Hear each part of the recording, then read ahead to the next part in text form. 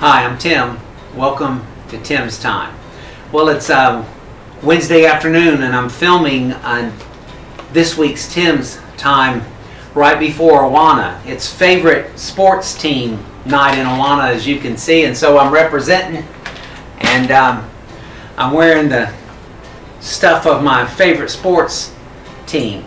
I hope God blesses you this week and that you're still fervent in your praying, whether it's 4:32 or whatever time of day that you've chosen to pray for our church family and our community and our world. I'm sitting before you shamelessly plugging my series of sermons that are beginning in the month of October, and they have to do with a subject that's a really, I think, is a relevant subject, and that is fear. Now, October is a Fear Fest month on some of the sci-fi channels and the horror movie channels, and every horror movie from Jason to Freddy Krueger to Stephen King, you name it, the names that we're familiar with and that we drag out of the closet or out of the cabinet every year to watch this month. Something about fear intrigues us. But the truth of the matter is, fear is a real issue in our culture. And it's pertinent to those of us who follow Jesus and are believers, as well as those who do not. And we're afraid of big things as well as little things. You know, we're afraid that we're not going to make it through this class, that our doctor's test isn't going to come back in a good way, that we're going to have problems financially.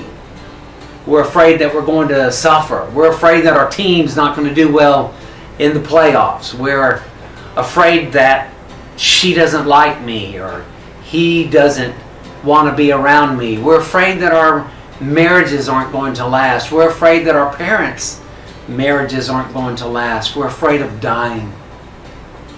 We're afraid of being afraid. It is incredible how often the Bible speaks of fear. And when the Bible speaks of fear, other than the healthy reverence and a sense of fearing God, most of the time when the Bible speaks of fear, it uses fear not. And God reminds us of who He is and that He is with us. Jesus is the one who said, "And lo, I am with you always, even to the end of the age." And so, of course, I'm shamelessly going to plug my sermons and ask you to check us out this October. If you're a member here or an attender here and you come regularly, let me encourage you to try to make it every week as we talk about fear. But if you're not, come visit with us and let's talk about overcoming fear and finding help when we are afraid this month. And let me remind you of the words I just quoted a while ago. Whatever you're going through right now in your life and whatever you're afraid of, you are not alone. Your Heavenly Father is with you. The presence and power of Jesus Christ is walking right with you through this difficulty, this situation, this circumstance, this fear. So fear not, for lo, He is with you, even to the end of the age. Have a great week. God bless.